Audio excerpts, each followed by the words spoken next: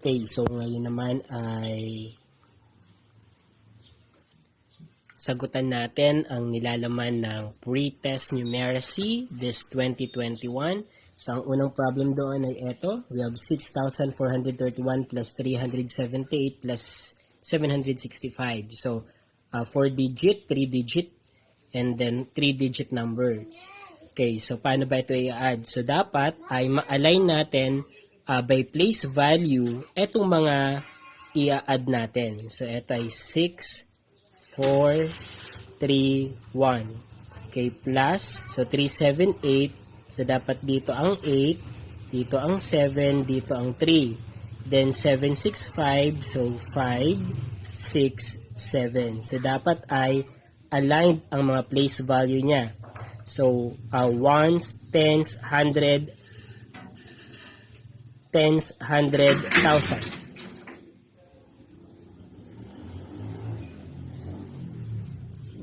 Okay, and then add natin siya simula dito sa rightmost. So 1 plus 8, 9 plus 5, 14. So 4 dito, then carry 1. Okay, then 1 plus 3, 4 plus 7, 11. 11 plus 6, 17. So 7 and then carry 1. And then 1 plus 4, 5, 6, 7, 8. 8 plus 7, 15. So 5 dito, then 1 dito. 6 plus 1, 7. So ang sum, which is the answer for addition, ay 7,574.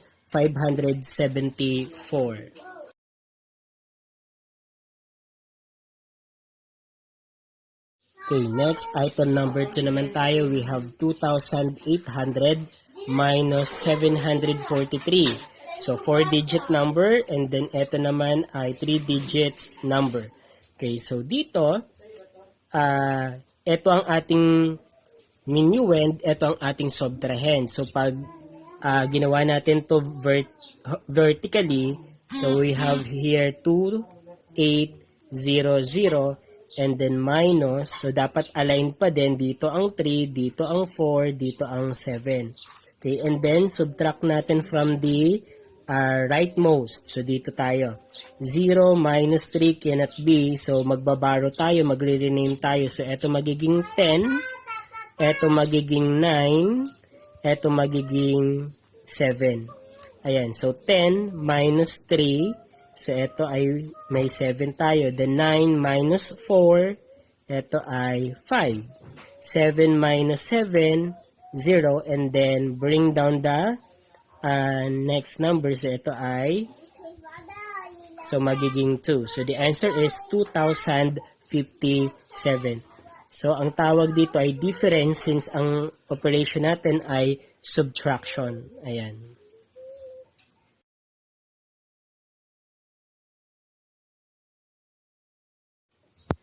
Okay, number 3, problem tayo. We have 2,677 times 545. So, multiplication tayo. So, ang hahanapin natin ngayon ay product.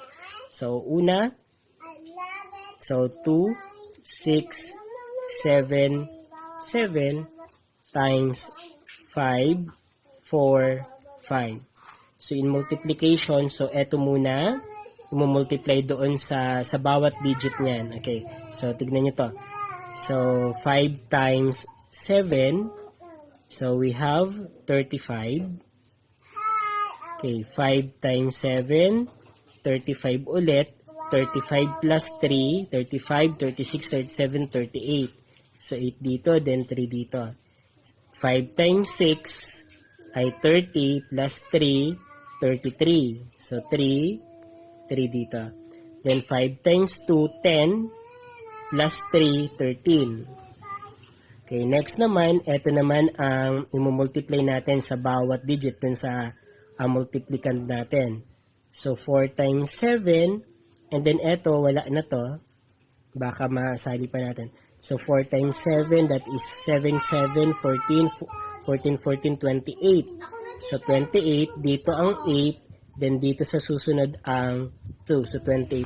So nag-leave tayo dito ng space kasi nasa tens digit na ang 4 natin. Ayan.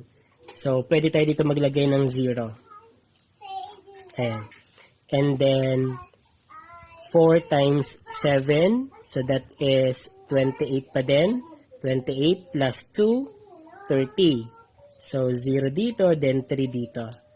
Then, 4 times 6, 6, 12 times 2, 24. 24 plus 3, 27. So, 7, and then dito ay 2. Then, okay, so 4 times 2 na tayo. We have 8, 9, 10. Ayan. Okay, next. Ito naman yung 100 place value ng ating multiplier. So, i-multiply naman siya dun sa mga digit na yan. So, since nasa 100 place siya, so leave 2 spaces. Ayan, so 0, 0. Nilagyan natin ng 0, 0. Then, 5 times 7, we have 35. So, dito ay 3 ang carry natin dito. Then, 5 times 7. So, 35 ulit. Plus 3, 38. Okay, 3. Okay, then 5 times 6. 30 plus 3, 33. Okay, so carry 3. Then, 5 times 2 is 10 plus 3, 13. Okay, so same dapat siya nito. So, 1, 3, 3, 8, 5. Ayan. Okay, and then, add na natin ito since tatlo lang to. So, 1, 2, 3. So, ayan. Okay, 5, 8, 8, 16. Okay, carry 1. So, 5, 6, 7, 8, 9. Okay, 8 plus 7, 15, 16, 17, 18. 3, 4, 5. 1 plus 3, 4. And then 1. So, the product is 1,458,965.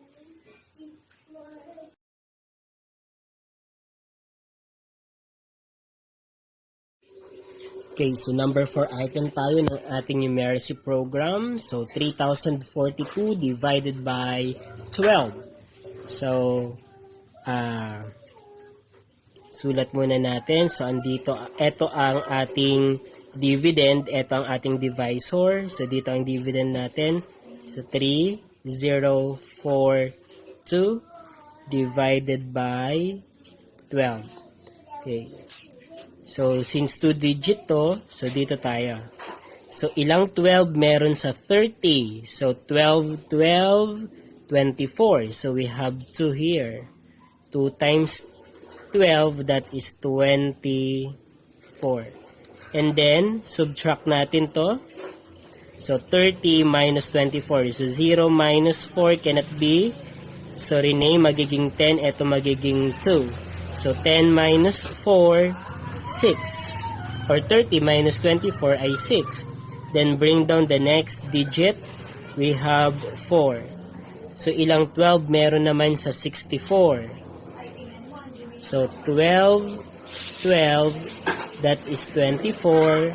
Plus 12, that is 36. Plus 12, that is 48. Plus 12, that is, ilan na yan? So, 0, 1, 60. Okay.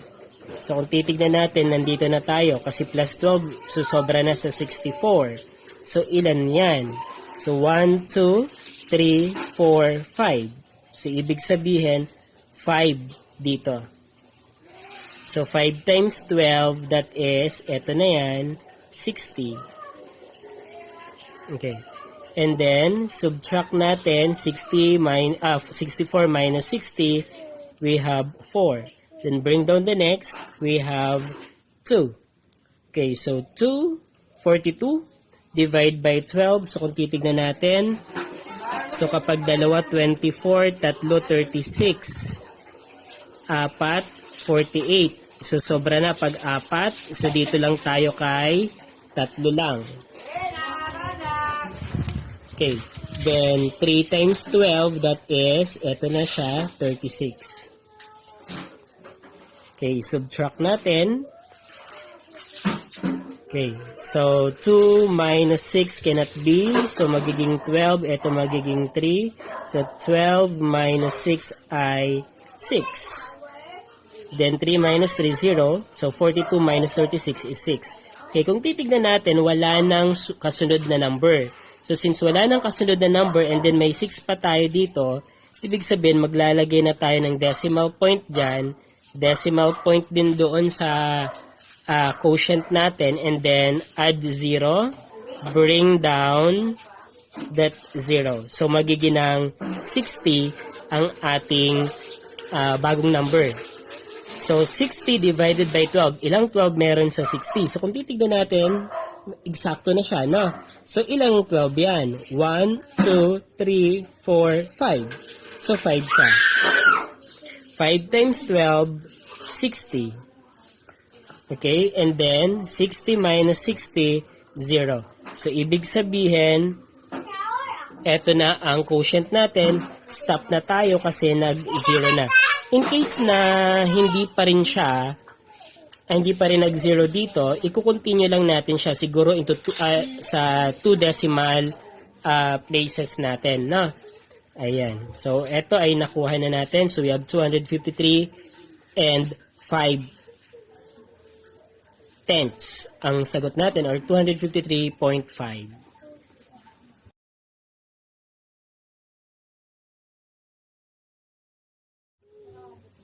Okay, so next naman natin ay ito, 8,760 divided by negative 15. Yung isa ay positive, yung isa ay negative. So in this case,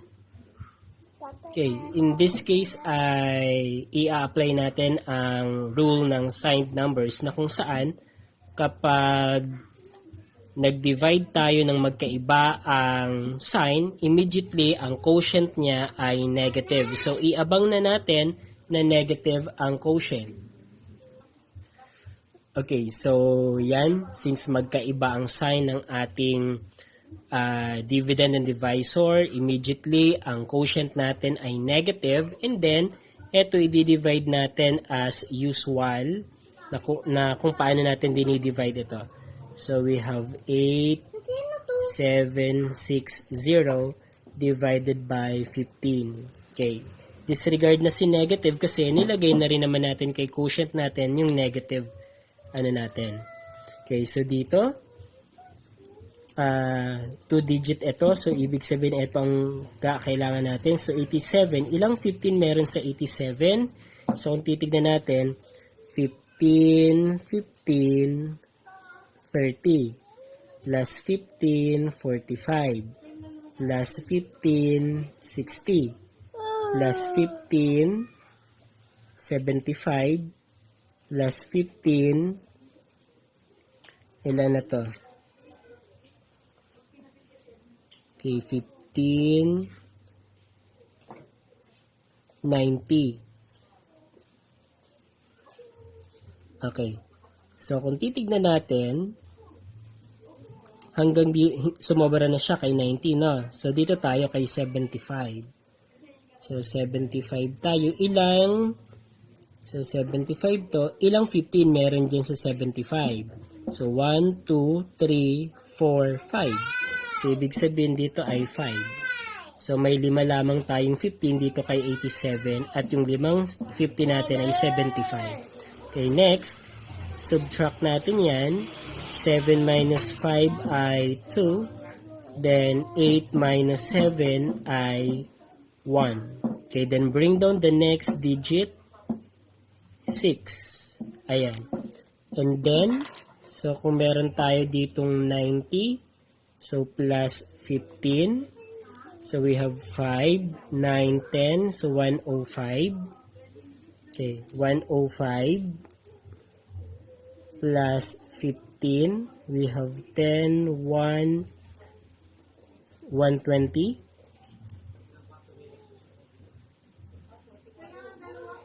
Okay, 2, 1. So, we have 120.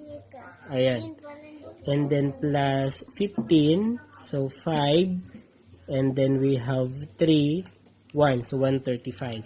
So kung titignan natin, sumobra na ang 135, and then pasok tayo kay 120. So ilang 15 meron dyan? So 1, 2, 3, 4, 5, 6, 7, 8. So ibig sabihin 8 dito. So 8 times 15, that is 120. Then, subtract natin 6. And then, next digit natin, 0. 60 divided by 15. So, ilang 15 meron sa 60? So, eto, may 60 na tayo dito. Okay, ilan yan? 1, 2, 3, 4. So, 4. Then, 4 times 15, we have 60. Subtract natin yan, that is equal to 0. So, ibig sabihin, stop na at eksakto ang ating quotient. So, ilalagay na natin dito si 584. So, negative siya. So, negative 584 kasi yung unlike sign ang ating dinidivide.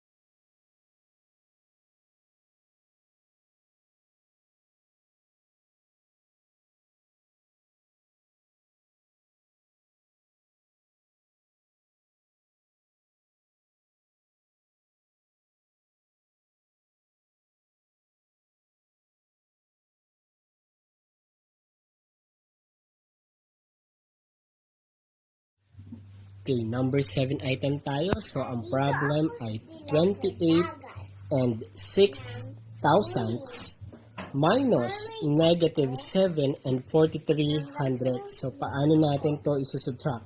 So, unang gagawin, i-convert natin to into addition problem. So, ang rule ng integers ay change the, kapag sa subtraction of integers, change the sign of the subtrahend, then proceed to addition.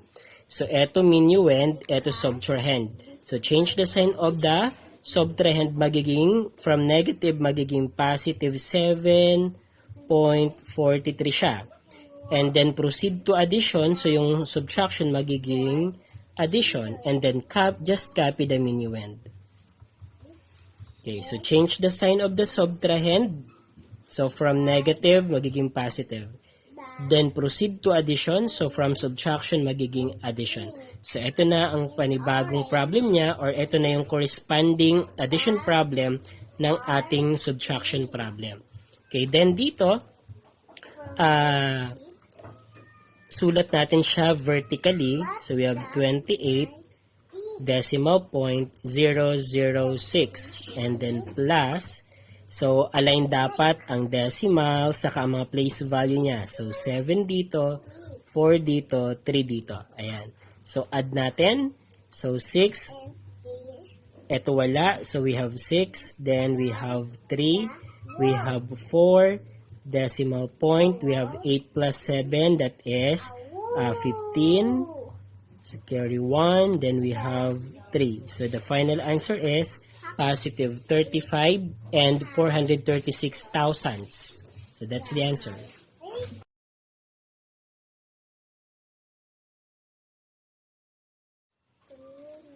Okay, so number 8 na tayo. So the problem is 3 and 2 hundredths times negative 5.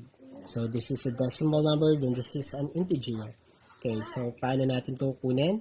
So una, pwede na tayo mag-decide for the assign ng product natin. So positive to, negative to, nagmumultiply tayo, magkaiba ang sign. Sa multiplication ng integers, kapag magkaiba ang sign, immediately negative ang magiging product. So ilagay na natin yun dyan. And then, ito naman ay i-multiply natin as usual. So, 3, decimal point, 0, 2. Okay, then times 5. Okay, so ito, 5 times 2, that is 10. So, carry natin. Then, 5 times 0, that is 0 plus 1, 1. Then, 5 times 3, that is 15. Okay. And then, bibilangin mo kung ilan ang number after ng decimal point sa problem natin. So, dito we have 1, 2. Okay, so dalawa lang. So, dito dapat meron din tayong dalawa. And then, dito ang decimal point. So, ibig sabihin, eto, ilalagay na natin dito. So, 15.1. Yung 0 na nandito, okay lang na hindi na ilagay. So, wala nang ano iyon. Pero kung may number pa nakasunod niyan na hindi 0, so hindi pwedeng tanggalin yung 0 na yan. So pwedeng negative 15.1, pwede namang negative 15.10 ang isulat natin.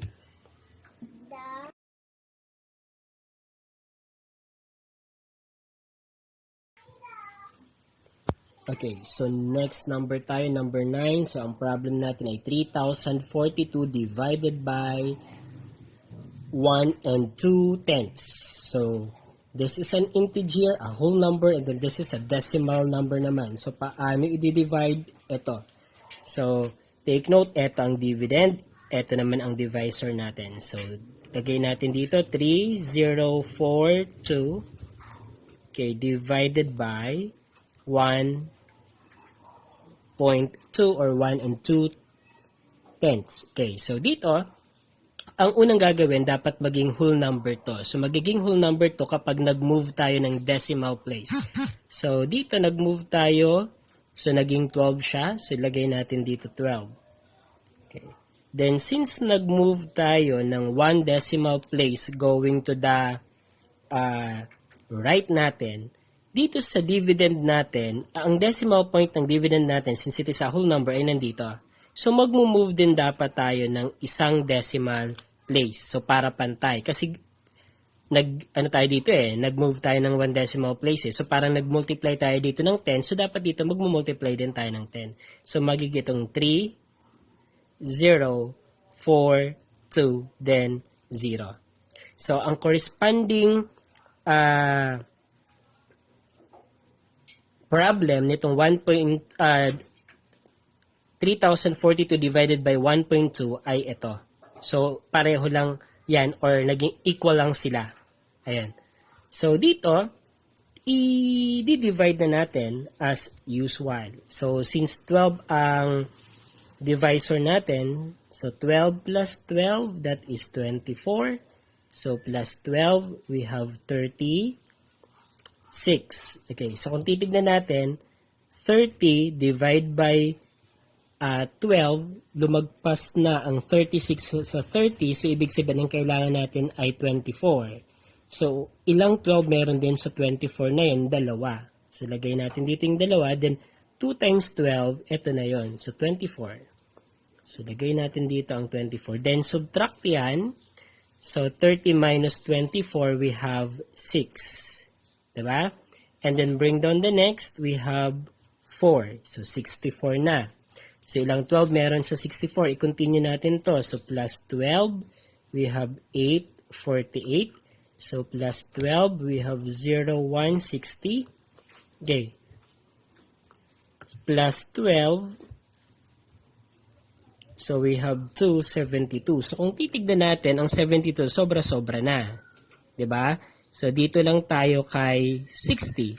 So, ilang 12 meron sa 60. So, 1, 2, 3, 4, 5. So, 5 lamang. So, lagay dito yung 5. Then, 5 times 12, 60. And then, subtract ulit. We have 4. Then, bring down the next number. We have 2. So, 42.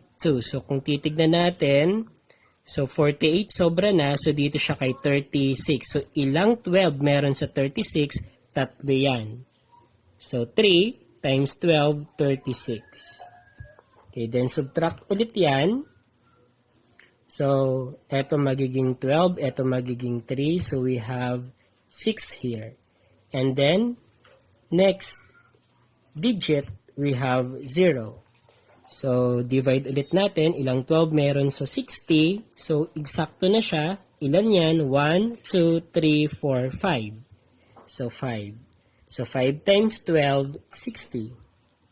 Okay, pag sinubtract natin, that is now 0. So, ibig sabihin, stop na tayo kasi huminto na tayo, 'di ba? At wala na rin namang kasunod na mga digit dito sa ating dividend. So, ang sagot ay 2,535. So, ilalagay na natin dito 2,535. So, yan ang quotient natin.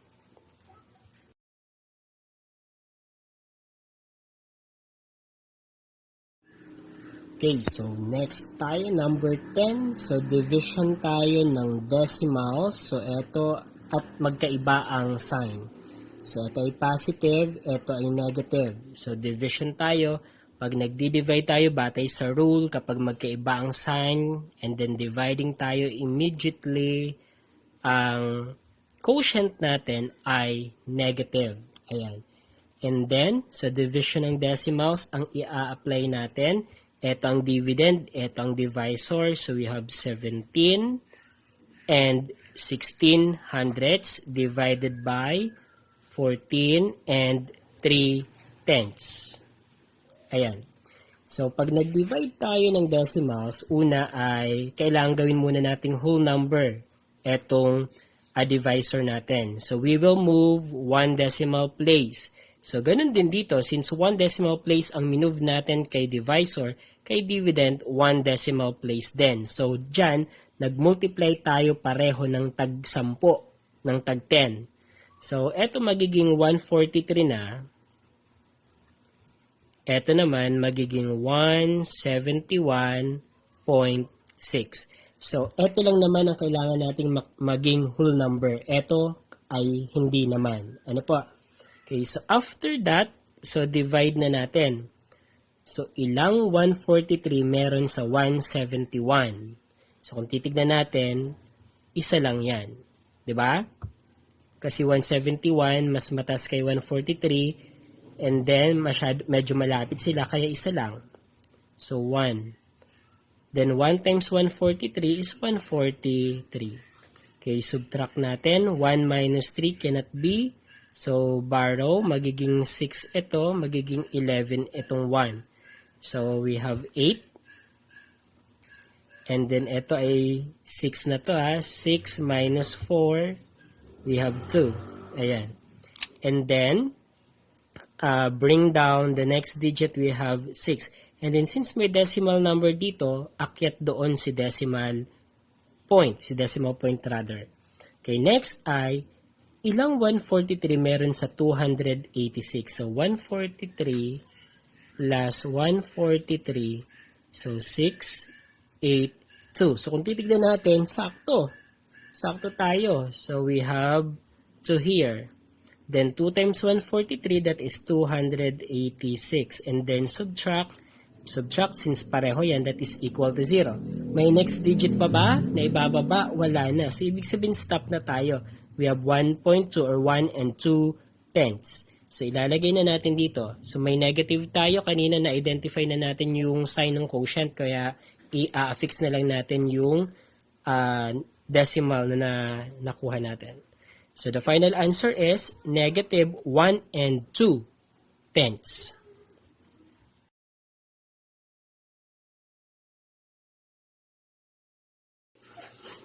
Okay, so number 11 tayo. The problem is 10 plus negative 4 plus 1 and 2,500. So, combination siya ng integer saka decimal number. So, dito, paano ba natin ito isosolve? So, pwedeng eto muna tayo bago natin i-add kay decimal. So, dito, okay, 10 plus negative 4, unlike sign, subtract. Kasi yun yung rule ng addition of integers natin.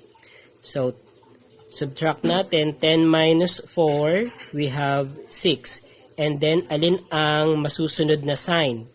Yung sa positive 10 ba or sa negative 4? So, titignan yung may mataas na absolute value. So, 10 ang may mataas na absolute value. Positive siya, kaya ito ay positive. And then, plus 1 and 2,500. So, kung dito naman, addition of whole numbers saka decimal numbers tayo. So, paano to i-add? So, pwede nating isulat as vertical. So, 1 and 2,500 plus 6. Okay, so ganyan siya. Kasi since whole number to, ibig sabihin, ang decimal point niya nandito. So, parang 6 pesos, parang ganyan siya. Ayan. And then, add na natin. So, from the right, going to the left. So, 5, and then 2, and then 7. So, the final answer is 7 and 2,500, and then positive siya kasi pareho ng positive ang ina-add natin. Na-eliminate na yung negative kasi nung in-add natin si 10 sa kasi negative 4, ang result niya ay positive. Then, adding to positive, that's why we have positive here.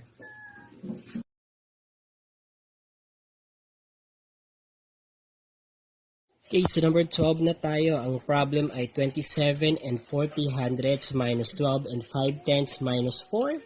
So, paano ba gagawin to? So, ang unang gagawin, dito muna tayo. So, isusubtract natin yung 12.5 kay 27.4. So, eto. So, subtracting that ay, so, eto tayo. So, 27.4 minus 12.5.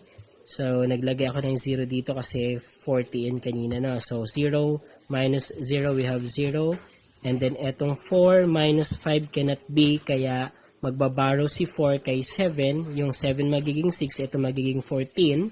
So, nirename natin. 14 minus 5, we have 9. And then, decimal point tayo. Then, 6 minus 2, 4 na lang. Then, 2 minus 1 ay 1.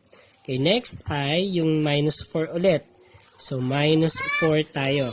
So, since whole number yan, dapat katapat niya etong ones digit natin, which is 4. So, andito siya 4. Then, pwede mong lagyan ng decimal point since whole number siya dito sa dulo. Then, 0, 0 tayo. Then, subtract natin. 0 minus 0, we have 0. 9 minus 0, we have 9. Then, decimal point. 4 minus 4, that is 0. Then 1 minus 0 is 1. So the final answer is 10.9 or 10.10 and 90 hundredths. So this is 10.9. So pwede yan, pwede rin namang 10.90. Same lang yung value noon.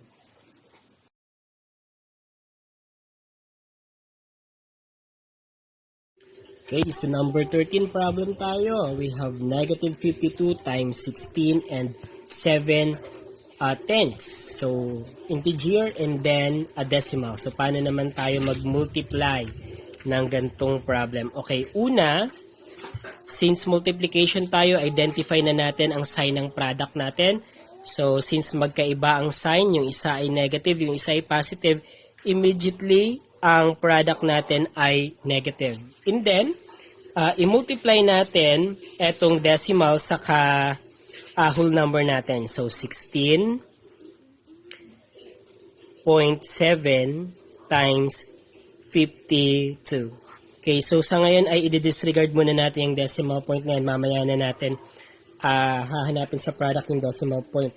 Okay, so multiply natin as usual. So, 2 times 7, 14. Then, 6 times 2, 12 plus 1, 13.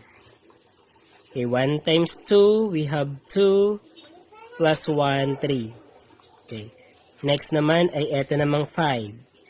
So, 5 times 7, that is 35. Dito siya ilalagay. So, since nasa 10th place siya, so kaya dito siya ilalagay. So, 0 and then 5 dito. Okay, ito space dapat kasi siya. Okay, then 35 ito no. So ito ang carry na natin ay 3. Then 5 times 6, 30. 30 plus 3, 33. So 3 dito, then carry 3. Then 5 times 1 ay 5 plus 3, we have 8. Then add na ito. 4, 8, 6, 8. And then, ilang places ang after decimal point ng ating mga factors or ng ating minumultiply. So, eto we have 1. So, dito naman, this is whole number. So, 1 lamang. So, dapat dito sa baba ay meron din tayo, sa product niya, meron din tayong 1. Mag-move tayo. So, move. Okay. So, we have 868.4.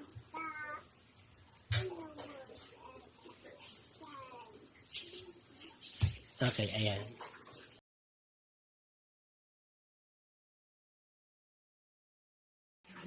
Okay, so number 14 tayo. So, division of a big number by a decimal number. So, paano natin i-divide ito? Okay, so una, pareho naman silang positive, kaya ang quotient niya ay positive. And then, divide lang natin. Ito ang dividend, ito ang divisor. So, we have 31850 divided by 32.5 or 32 and 5 at tenths. Okay, so ito, move natin para maging whole number ang divisor natin. So, magiging 325 siya, magiging 325 siya. At since may ginawa tayo dyan sa divisor natin, kay dividend dapat mag-move din tayo ng isa ding decimal place. So, pag whole number, nandito ang point niyan. So, move tayo. So, ibig sabihin, madadagdagan ng 0. So, 31850 and then yung isang 0 na inad natin. So, eto, this is the same or equal to this problem. Pareho lang yan. So, nag-multiply lang tayo pareho sa numerator at divisor niya or dividend and divisor niya ng 10. Since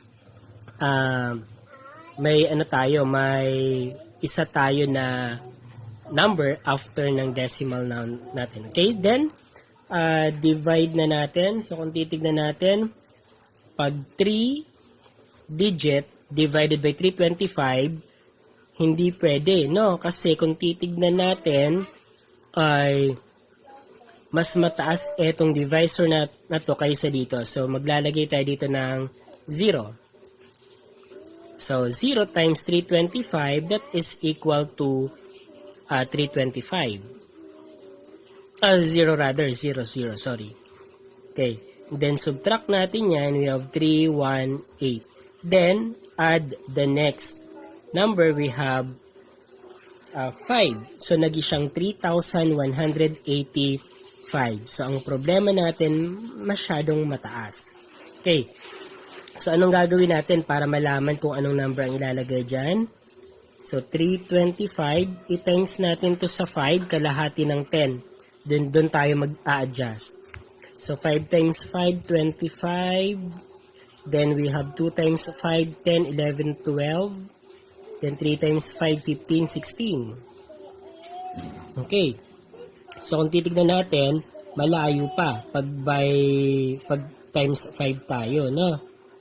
And then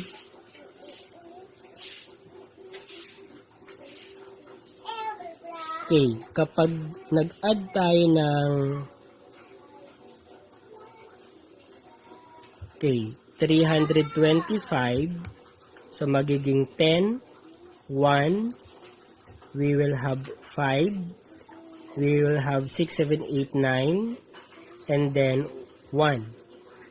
Okay, so 1,950 na. Then plus 325 ulit, 5, 7, 12, 1. So meron na tayong 2,275. So ito ay 5, ito ay 6 na yan, ito ay 7 na. Next ay 325 ulit. So we have 10, 1, 7, 8, 9, 10. Then we have 2, 3, 4, 5, 6. And then 2. So 2, 6 na. Ito ay 8. Okay. And then, plus 325 ulit tayo. So 5, 2, 9, 2. So ito ay 9 na. So 2925. Okay. And then, pag nag-plus ulit tayo ng, so 2925, okay, plus 325, so we have 10, 1, 5, 9, 10, 11, 12, and then 3 to 50, so sobra na siya. So, ibig sabihin, ang 325 na nandito kay 3185 ay 9 lamang. Then, 9 times 3, 125 ay etong 2925. Okay, subtract natin yan, 0. We have 6 here. Then we have, ito magiging 11, ito magiging 2. So we have 260. And then, bring down the next digit, we have 0. So 2,600. At sa 2,600, ito tayo. So, meron tayong kung ito ay 5, 6, 7, 8. So, 8 yan. 8 na 325 ay 2,600. Pag sinubtract natin to, we have 0. Okay, dito, may possibility makalimutan nyo to. Meron pa tayong isang 0 dito. Kaso dito ay nag-0 na tayo. Ano po? So, anong gagawin dito sa natitirang 0 na to na hindi naman natin nababa? Okay. So, eto pwede na yung ilagay sa taas. Or kung hindi naman, okay, baba mo siya. Kasi nag-0 na. So, 0. 0 divided by 325, that is equal to 0. Then, 0 times 325 is 0. Then, subtract, we have 0. So, yun yung final natin. So, minsan kasi ito nakakalimutan, naging 98 lang. Na since may 0 pa dito, so pwedeng i-continue natin siya hanggang sa maubos yung digit na nandito sa dividend natin. Or, yung natitirang 0 na yon ay akyat natin doon sa taas. So, dito ang sagot ay 980. 980. So, sana'y nasundan.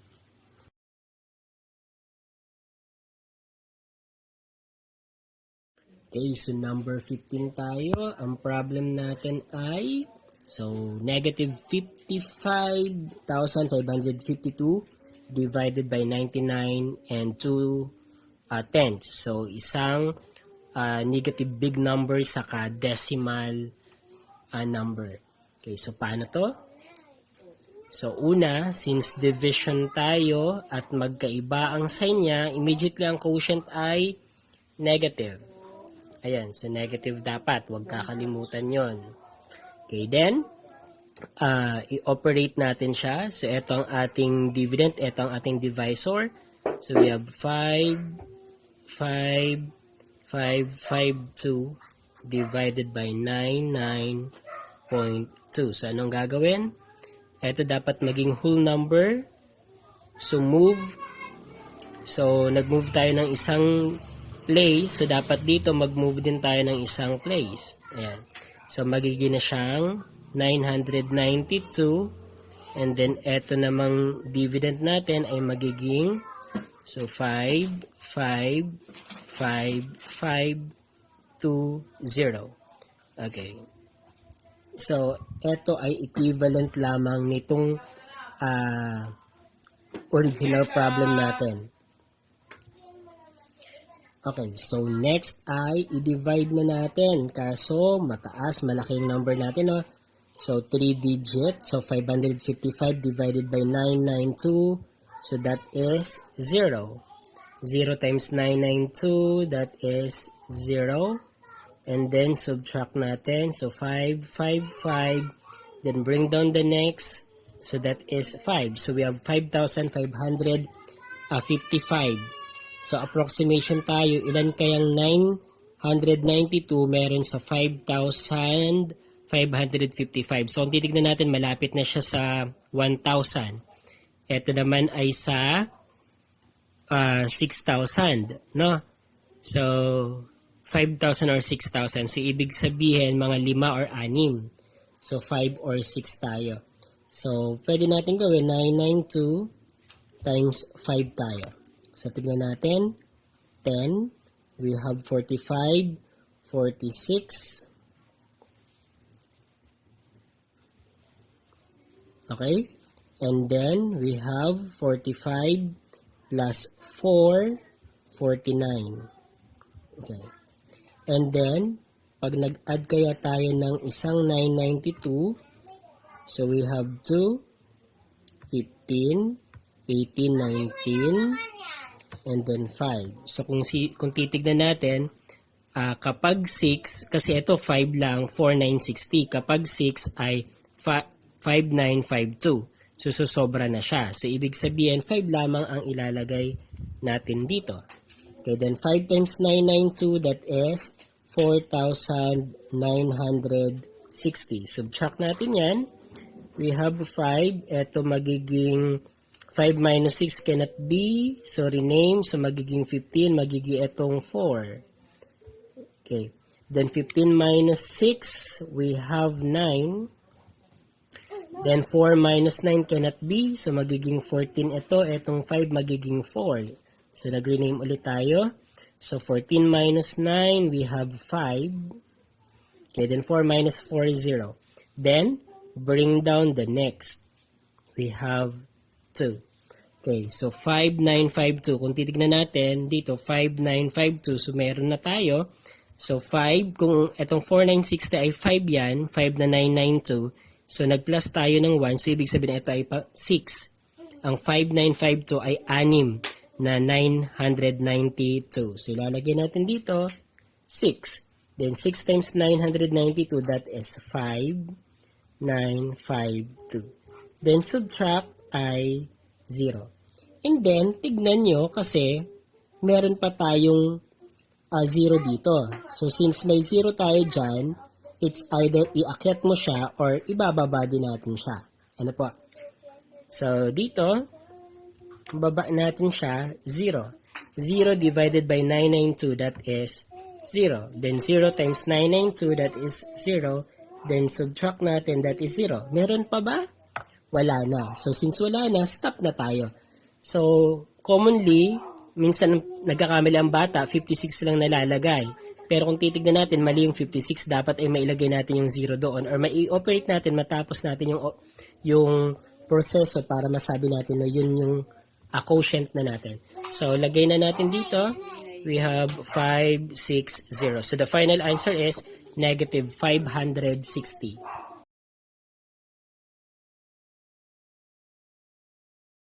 Number 16 na tayo at ngayon ay fraction ang ating i-deal. At ang fraction na to ay dissimilar fraction. So, since dissimilar fraction siya, gagawin muna natin siyang similar fraction. At kung paano natin gawing similar fraction ito, so, ito yung proseso. So, una, kailangan makuha natin ang LCD. Okay. So, ano ba ang LCD? So, titignan mo ang denominator. So, ang denominator nito ay 6 saka 2. Okay. So, since magkaiba yan, so, i-evaluate natin yung mataas na number at yung maliit na number doon sa denominator natin. Kung etong mataas na number ay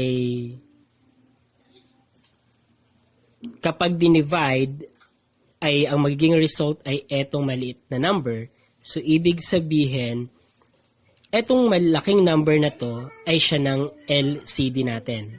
Or, kung etong malaking number ay multiple ng maliit na number, so, ibig sabihin, ito ay ang LCD na natin.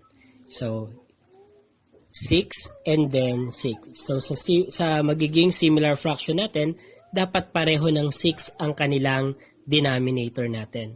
So dito, since pareho na ang denominator ay 6, copy lang natin yan.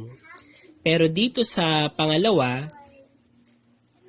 magmumultiply tayo sa numerator at denominator niya na ang denominator ay dapat maging 6. So ano bang number ang imumultiply natin kay 2 para maging 6 yan? So ano bang imumultiply? So we will multiply 3. So, dito din sa numerator, times 3 din. So, 1 times 3, 3 dito. And then dito ay 6 na. So, makikita natin na similar fraction na siya. Pag similar fraction na, madali nang i-add yun. Kasi, etong 6 na pareho, copy na lang yan. And then, ang i-operate na lang natin ay yung nasa taas. So, 2 plus 3, 5. And then, isi-simplify mo siya. Pag sinimplify ito, ibig sabihin, wala na dapat makapag-divide sa kanya maliban sa 1. So, 5 and 6. So, ang 5 naman ay prime na at ang 6 ay hindi naman multiple ng 5. So, ibig sabihin, ito ay lowest term na siya.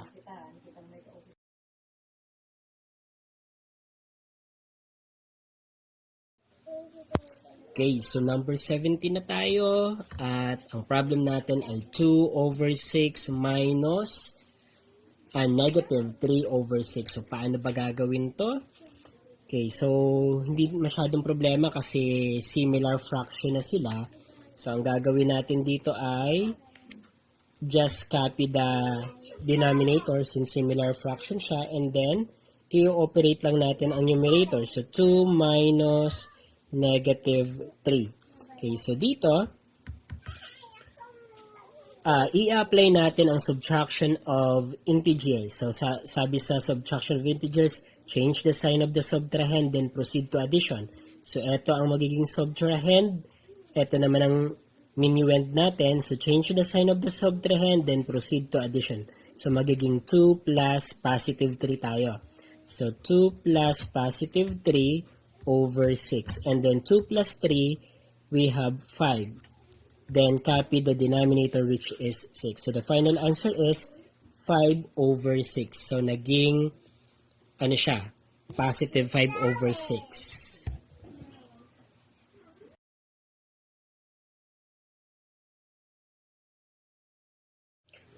Okay, number 80 naman tayo. So the problem is 2/5 times 3/4. Okay, so dito ay, ang rule kapag fraction ay numerator times numerator, denominator times denominator. So here we have 2 times 3, 6, then 5 times 4 ay 20. Yun nga lang, etong 6 over 20 ay kailangang i-simplify. So 6, 20, saan pwedeng i-divide? So divisible by 2. So, 6 divided by 2, 3. 20 divided by 2, 10. Okay, next, ang 3 and 10, meron pa bang number na pwedeng makapag-divide sa 3 saka 10? Maliban kay 1? Okay, wala na. So, ibig sabihin, ito na ang sagot. So, this is equivalent to 3 over 10.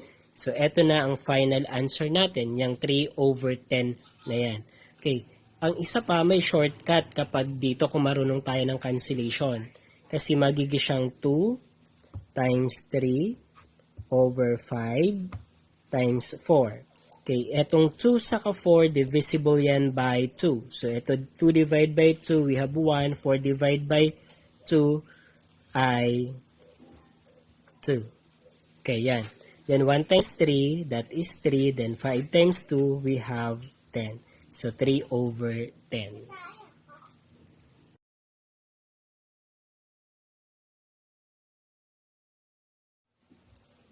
Okay, so number 19 tayo. So, 12 over 36 minus 13 over 36. So, madali lang siya kasi similar fraction naman ang isusubtract natin.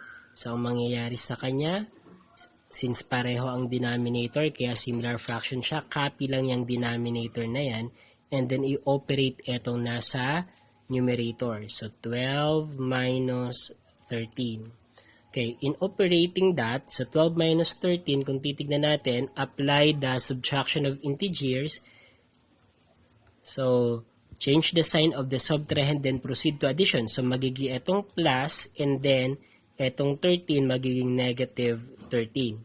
So, positive 13 kasi siya, so change the sign of the subtrahend, naging negative. Then,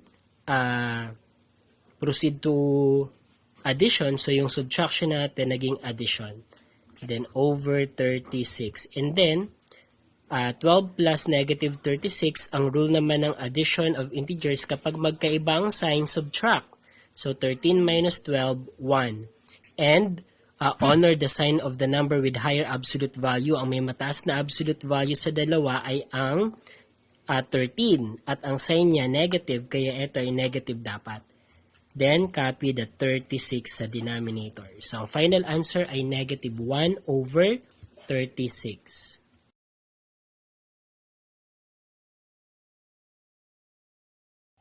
Okay, so last problem natin, number 20. So, we have 3/4 divided by 1/2. So, paano ba ginagawa ito? So, kapag division of fraction, ang ginagawa ay, so, ginagawang multiplication ang problem.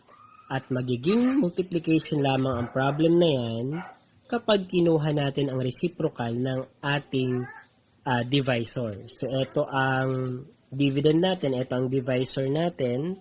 So, pag sinabing reciprocal, i-interchange lang natin yung numerator at denominator niya. So, yung 1/2 magiging 2 over 1. Ayan. So, ginawa siyang 2 over 1. And then, copy lang natin ang dividend natin. So, we have 3/4. So, ito na ang panibago or equivalent problem natin ng division problem na yan. So, dito, apply na natin yung sa multiplication. So, numerator times numerator. So, yan. So, numerator times numerator over denominator times denominator. So, 3 times 2, 6, and then 4 times 1, 4. And then dito, kung titignan natin, ay hindi pa siya simplified. So, isi-simplify natin siya. 6 and 4, anong number ang pwedeng makapag-divide kay 6 and 4? So, divisible siya pareho kay 2. So, 6 divided by 2, 3. 4 divided by 2, we have 2. So, ang sagot ay 3 halves or 3 over 4. So, this is equivalent to 3 halves, 3 over 2. So, ang final answer dapat, etong simplified. Ito dapat. Okay, then, pwede siyang gamitan din ng shortcut. So, 3/4 times 2 over 1. Kung titignan natin, pag minultiply natin yan, so 3 times 2. And then, dito ay 4. So, ito saka ito ay divisible by 2. So, divide by 2, 1 na lang yan. Divide by 2, magiging 2 na lang. So, 1 times 3, 3, and then ito ay 2. So, we have 3 halves or 3 over 2. Okay, so sana nasundan.